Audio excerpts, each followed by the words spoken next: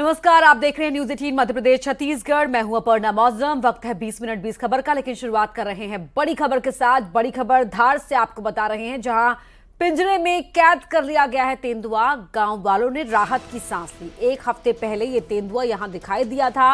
One विभाग ने तेंदुए को पकड़ने के लिए यहां पिंजरा लगाया। करौंदिया मोटा ग्राम में अब जाकर पिंजरे में कैद हुआ है तेंदुआ, जिसके बाद गांव वाले राहत महसूस कर रहे हैं।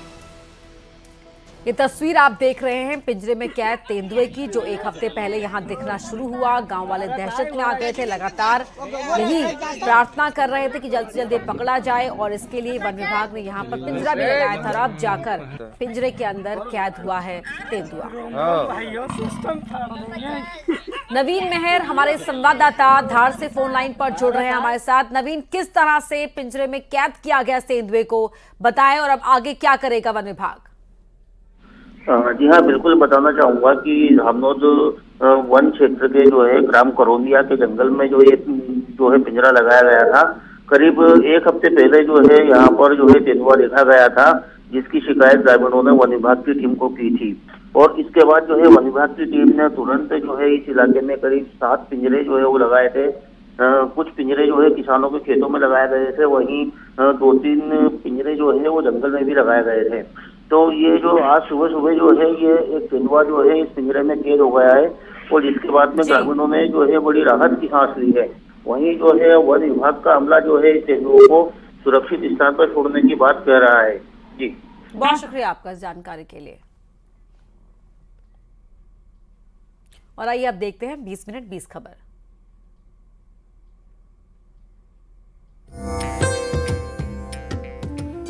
श्री राम मंदिर निर्माण के साथ साथ अयोध्या में बाकी विकास के काम भी तेजी से हो रहे हैं। अयोध्या में लोगों के आने जाने के लिए एयरपोर्ट का निर्माण हो रहा है। अयोध्या में मर्यादा पुरुषोत्तम श्री राम इंटरनेशनल एयरपोर्ट सरकार द्वारा बनवाया जा रहा है। उसके यथास्थिति को जानने और निरीक्षण करने के लिए आज सूबे के मुखिया योगी आदित्यनाथ, केंद्रीय नागरिक उड्डयन मंत्री ज्योतिरादित्य सिंधिया और केंद्रीय राज्य मंत्री जनरल वीके सिंह अयोध्या पहुंचे। तीनों नेताओं ने मंदिर निर्माण के पहले कैसे यहां का काम खत्म हो रहा है, एयरपोर्ट शुरू होगा, इसकी जानकारी मिली। केंद्रीय मंत्री ज्योतिरादित्य सिंधिया जो कह रहे हैं कि हमारा लक्ष्य है कि इस महीने में अयोध्या हवाई अड्डा पूरी तरह से तैयार हो जाए। अगले 1.5 महीने में देश में करीब 8 एयरपोर्ट हम लोग तैयार कर रहे हैं।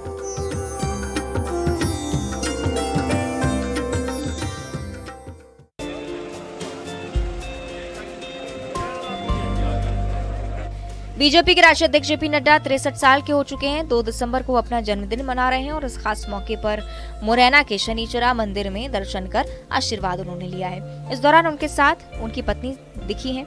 केंद्रीय मंत्री नरेंद्र सिंह तोमर और एमपी के गृह मंत्री नरोत्तम मिश्रा भी मौजूद रहे। दोनों ने नड्डा को जन्मदिन की बधाई दी है, और इस दौरान नरोत्तम मिश्रा ने कहा कि भाजपा के राष्ट्रीय अध्यक्ष जेपी नड्डा जी का शुभ जन्मदिन है, इसलिए धार्मिक यात्रा पर है। और मिश्रा ने यह भी कहा कि पीताम्बरा पर भी गए थे, धूमावती माई का भी आशीर्वाद लिया है, शनिदेव पर यहाँ आए हैं, और हम सबका सौभाग्य भी यही है कि विश्व की सबसे बड़ी राष्ट्रीय पार्टी के अध्यक्ष आज हम सबके बीच जन्मदिन मना रहे हैं।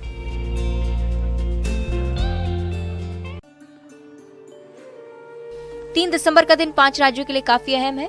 मध्य प्रदेश, छत्तीसगढ़, तेलंगाना, राजस्थान और मिजोरम विधानसभा चुनाव के नतीजे घोषित होंगे। हालांकि मिजोरम को लेकर थोड़ी सी सब्र की कड़ी बढ़ाई गई है। उसके पहले हर पार्टी ने एड़ी चोटी का जोर लगाकर अपनी जीत के लिए कोशिश की है। ऐसे में हर किसी को 3 दिसंबर का भी इंतजार है। एमपी की अगर बात करें तो एग्जिट पोल के नतीजे कम से कम मध्य प्रदेश में बीजेपी के लिए राहत भरी खबर लेकर आए। मतगणना के ठीक 24 घंटे पहले सीएम शिवराज सिंह चौहान अपने पुत्र कार्तिकेय सिंह चौहान के साथ दादा धूनी वाले मंदिर की शरण में पहुंचे। अपनी और अपनी पार्टी की बम्पर जीत के लिए यज्ञ किया है। इस दौरान सीएम एकाग्रता के साथ यज्ञ में बैठे रहे। जीत के लिए किया ये यज्ञ सीएम शिवराज के लिए कितना लाभकारी होगा, वो तो आने वाला वक्त बताएगा।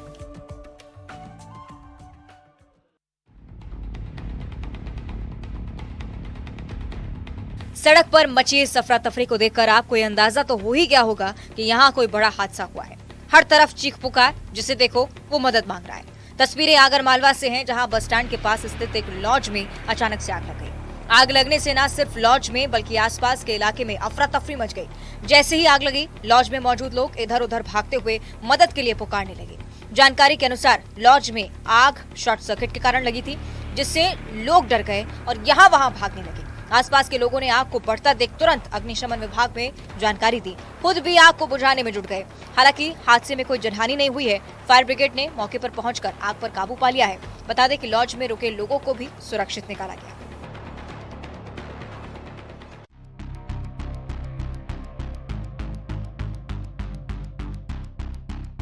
प्रशासन के लाख दावे करने के बाद भी अपराध पर कोई लगाम नहीं है। आए दिन बदमाशों के ऐसे कारनामे देखने को मिलते हैं जो हैरान करने पर मजबूर करते हैं। ऐसे ही एक तस्वीर सागर से एक बार फिर देखने को मिली, जहां बदमाश इतने बेखौफ हो चले कि सरेराह मारपीट होने लगी है। एक वीडियो सागर से देखने को मिला है जिसमें बदमाश युवक से मारपीट करते हुए साफ नजर आया है। हाथ में चाकू लेकर युवक से मारपीट की गई।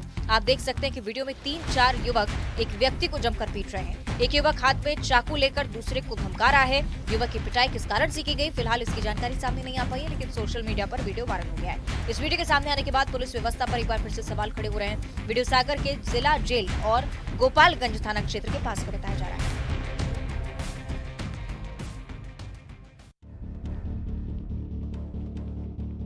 मुंह पर कपड़ा बांधकर घर के अंदर घुसे बदमाश, यहां चोरी के इरादे से घुसे हैं। तस्वीरों को देखकर आपको समझ आ गया होगा कि आखिर माजरा क्या है। फुटेज मिनी मुंबई इंदौर का, जहां पर बदमाशों ने एक सूने मकान को निशाना बनाया, चोरी की वारदात को अंजाम दिया। सिविल इंजीनियर के घर में लोगों को ना पाकर चोर अंदर घुसे, घर से माल साफ कर डाला। जानकारी है कि चोर घर से सोने चांदी के आभूषण और नकदी लेकर फरार हुए हैं। हालांकि चोरों की सारी करतूत तीसरी आंख से बच नहीं पाई। सारी वारदात सीसीटीवी में कैद हो गई। इस मामले में पुलिस को जानकारी दी गई है। फुटेज के आधार पर बदमाशों की तलाश में पुलिस जुटी हुई है। अन्नपूर्णा थाना क्षेत्र के सुदामा नगर इलाके की घटना।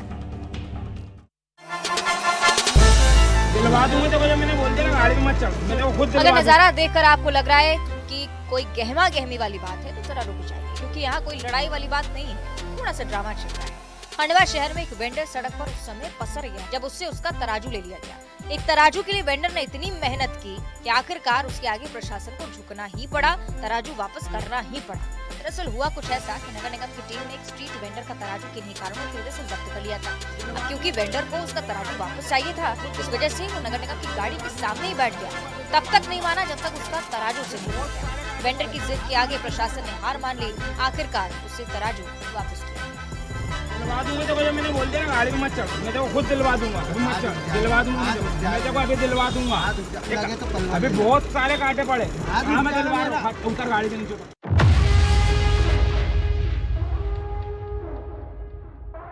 चीन से फिर फैल रही कोविड जैसी बीमारी, कोरबा में स्वास्थ्य अमला सतर्क है। चीन में कोविड की तरह ही एक बार फिर से संक्रमण फैलने लगा है, जिससे बच्चों को खतरा है। कोविड की शुरुआत में भी चीन में ही इसी प्रकार की अफरा तफरी थी, इसलिए एक बार फिर से दुनिया चिंता में है। देश भी अलर्ट है। सरकार ने स्वास्थ्य विभाग को रोकथाम को लेकर जरूरी तैयारियों के निर्देश दिए। इसके बाद कोरबा में स्वास्थ्य विभाग ने कोविड काल की तर्ज पर तैयारी पूरी कर ली है। रहस्यमयी बीमारी से पीड़ित बच्चों के फेफड़ों में जलन, तेज बुखार, जुकाम जैसे कई लक्षण दिखाई देते हैं। बीमारी की गंभीरता को देखते हुए देश भर में एडवाइजरी जारी की गई। छत्तीसगढ़ में भी बीमारी को लेकर दिशा निर्देश हैं। चीन में फैली महामारी को देखते हुए राज्य स्वास्थ्य विभाग के आवश्यक दिशा निर्देश हैं। दिशा निर्देश में रहस्यमयी बीमारी को लेकर तैयारी रखने के लिए कहा गया था कि इस तरह के मामले सामने आने पर पीड़ित का तत्काल उपचार शुरू किया जा सके।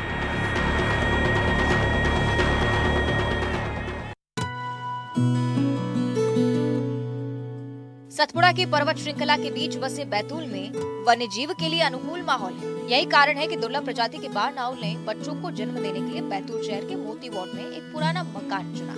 जब बच्चों की आवाज सुनाई दी तो मकान के मालिक ने आसपास के लोगों ने इस बारे में बताया। बारनाउल के 5 बच्चों को सुरक्षित तरीके से घोंसले से बाहर लाया गया, वन विभाग के सुपुर्द कर दिया गया।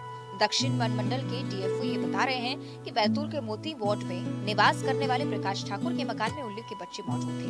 इसकी जानकारी उनके द्वारा शेख मोइनुद्दीन आजाद वार्ड बैतूल को दी गई। इसके द्वारा उल्लू के 5 बच्चों का रेस्क्यू किया गया। पाया कि ये बारनाउल उल्लू है। उल्लू के 5 बच्चों को दक्षिण वन मंडल कार्यालय से वन विभाग को पूर्ण रूप से स्वस्थ अवस्था में सुपुर्द किया गया है।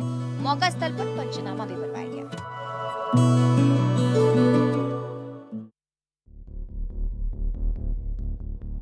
चोर बेखौफ हो गए, इतने कि अब वो भगवान के घर को भी अपना निशाना बना रहे हैं। आलम यह है कि पुलिस की लाख कोशिशों के बावजूद चोर बाज नहीं आ रहे, जिसके नतीजन जिले में चोरी की घटनाओं में इजाफा हो गया। ताजा मामला महासमुंद से देखने को मिला, जहां चोरों ने शीतला मंदिर पर धावा बोलते हुए चोरी की घटना को अंजाम दिया। पिथौरा नगर के शीतला मंदिर में चोरों ने मुकुट, दानपेटी सहित कई सामानों को पार कर लिया। चोरों ने मंदिर से और क्या क्या सामान पार किए हैं, फिलहाल उसकी जांच की जा रही है। लेकिन मंदिर में चोरी की घटना से रहवासियों में डर के साथ ही आक्रोश भी देखने को मिला।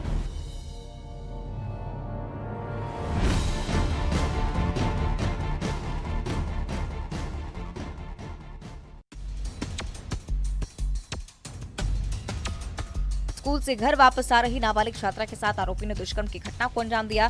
पीड़िता इस पूरी घटना को अपने परिजनों को बताई और उसके बाद परिजन इसकी शिकायत रघुनाथ नगर पुलिस ने करने पहुंचे। रघुनाथ नगर पुलिस ने तुरंत कार्रवाई करते हुए आरोपी को गिरफ्तार किया। पुलिस ने जानकारी देते हुए बताया कि परिजनों के बताए अनुसार नाबालिग छात्रा अपनी 3 सहेलियों के साथ घर लौट रही। आरोपी ने उनकी सहेली को डरा धमकाकर उसे भगा दिया। नाबालिग छात्रा को जबरदस्ती वहां से उठाकर सुनसान जगह पर ले गए, उसके साथ दुष्कर्म की घटना को अंजाम दिया और घटना के बाद आरोपी मौके से फरार हो गए। परिजनों की शिकायत के आधार पर कार्रवाई करते हुए घेराबंदी कर आरोपी को गिरफ्तार कर लिया गया है। आरोपी के विरुद्ध धारा 376 पॉक्सो एक्ट सहित गंभीर धाराओं के तहत कार्रवाई करते हुए आरोपी को जेल दाखिल किया गया है।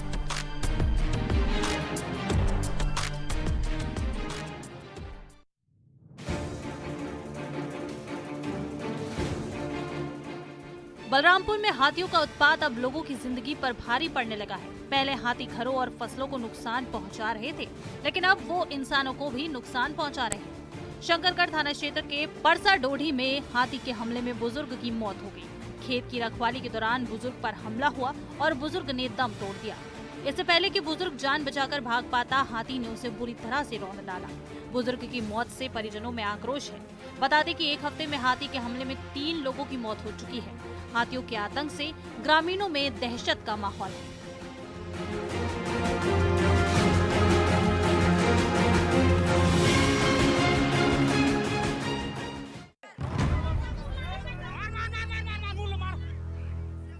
जमीन को लेकर विवाद की खबरें अक्सर देखने को मिलती हैं। कभी जमीन को लेकर सगे भी एक दूसरे के दुश्मन बन जाते हैं, तो कभी रिश्तों को तार-तार कर देते हैं। हाल ही में कवर्धा से एक ऐसा ही मामला देखने को मिला, जहां जमीन के एक टुकड़े के लिए सारी सीमाएं लांघ दी गईं। तस्वीरें देखिए, जहां 2 पक्षों में जमीन को लेकर जमकर मारपीट हो रही है। 2 पक्ष आमने सामने हो गए और लाठी डंडों से मारपीट की गई। बता दें कि गांधी सेवा आश्रम की जमीन को लेकर ये विवाद हुआ, जिसमें जमकर लाठी डंडे चले। विवाद में दर्जन भर से ज्यादा लोगों को चोट आई है। 112 की मदद से सभी घायलों को अस्पताल लाया गया, जहां उनका इलाज जारी है।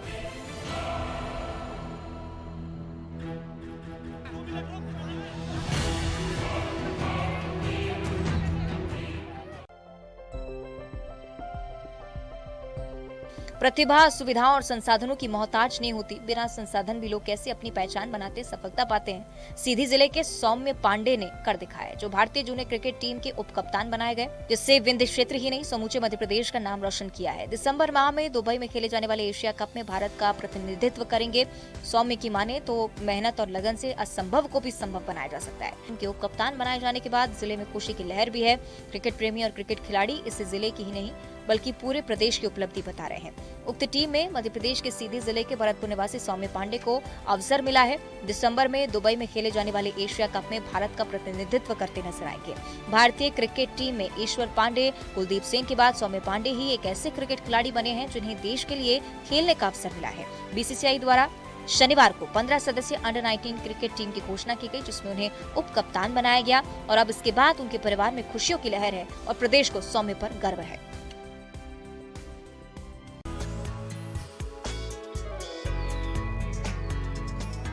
बूंदी में आयोजित किए जा रहे 3 दिवसीय बूंदी महोत्सव में कार्यक्रम की श्रृंखला में आज भी विविध मनोहारी कार्यक्रमों का दौर जारी रहा।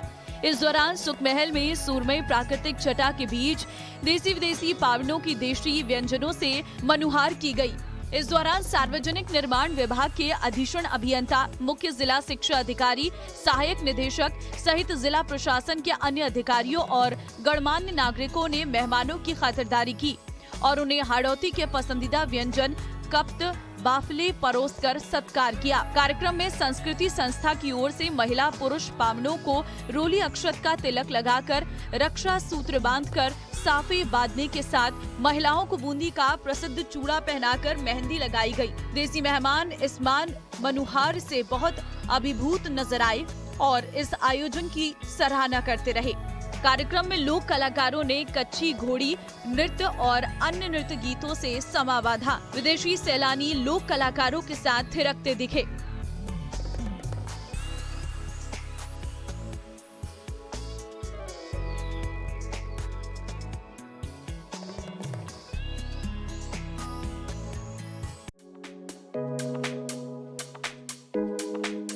हिमाचल प्रदेश के पहाड़ी इलाकों में बर्फबारी हुई है। रोहतांग के अटल टनल से ये ठंड का एहसास कराने वाली तस्वीरें सामने आई हैं। अटल टनल के अलावा नारकंडा, कुल्लू, लाहौल की चोटियों पर भी बर्फबारी हुई है।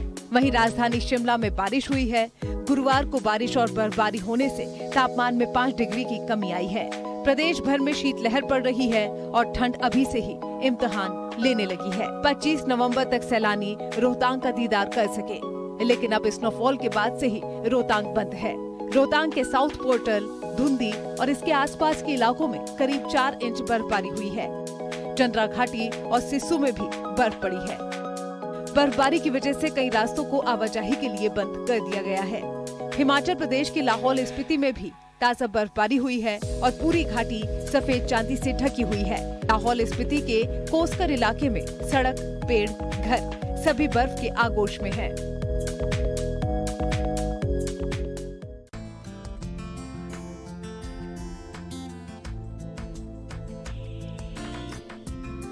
राजस्थान का कश्मीर के नाम से विख्यात पर्यटन स्थल माउंट आबू सैलानियों से गुलजार हो चुका है।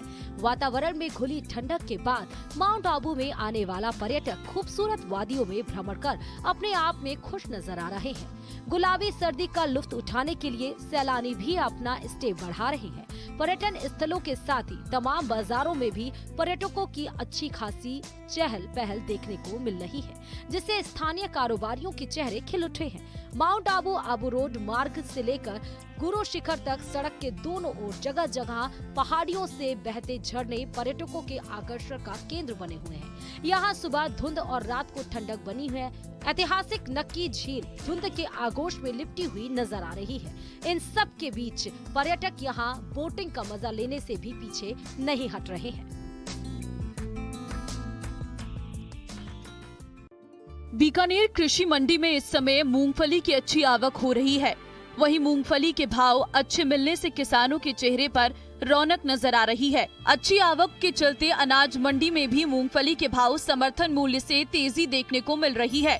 बता दें कि अनाज मंडी में प्रतिदिन करीब 75 से 80 हजार बोरी मूंगफली की आवक हो रही है। काश्तकार अपनी फसल बेचने के लिए अनाज मंडी पहुंच रही हैं। अनाज मंडी में 7500 से 8000 रुपए प्रति क्विंटल के हिसाब से मूंगफली की बोली लग रही है। व्यापारियों की माने तो लगातार आवक में बढ़ोतरी, जिससे किसानों को भाव भी अच्छे मिल रहे हैं। हालांकि किसानों की पैदावार प्रति बीघा कम हुई है, लेकिन भाव अच्छा मिलने से किसानों को लाभ हो रहा है। गौरतलब है कि बीकानेर जिले की मूंगफली की क्वालिटी अच्छी होने के कारण यहाँ पर अन्य राज्यों के व्यापारी भी मूंगफली खरीदने के लिए आते हैं। आपको बता दें कि यहाँ का मूंगफली दाना हरियाणा, पंजाब, यूपी सहित देश के कई राज्यों में एक्सपोर्ट होता है।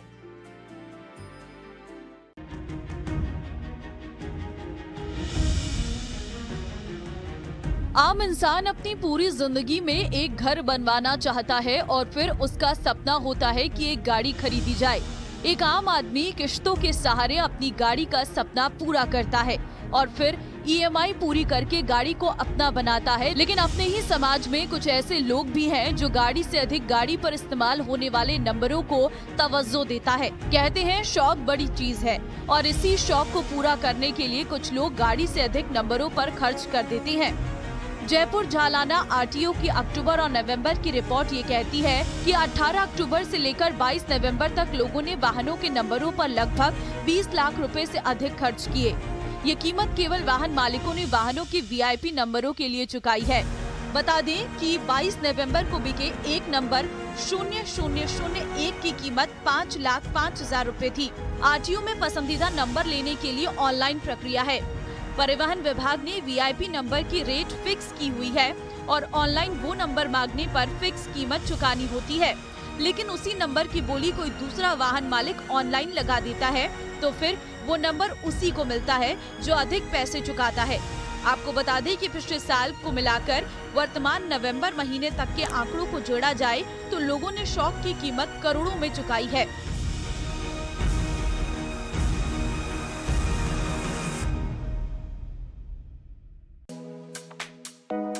शेखावाटी में शादी हो और बेटा बेटी एक समान का संदेश देने वाली तस्वीर सामने न आए, ऐसा नहीं हो सकता।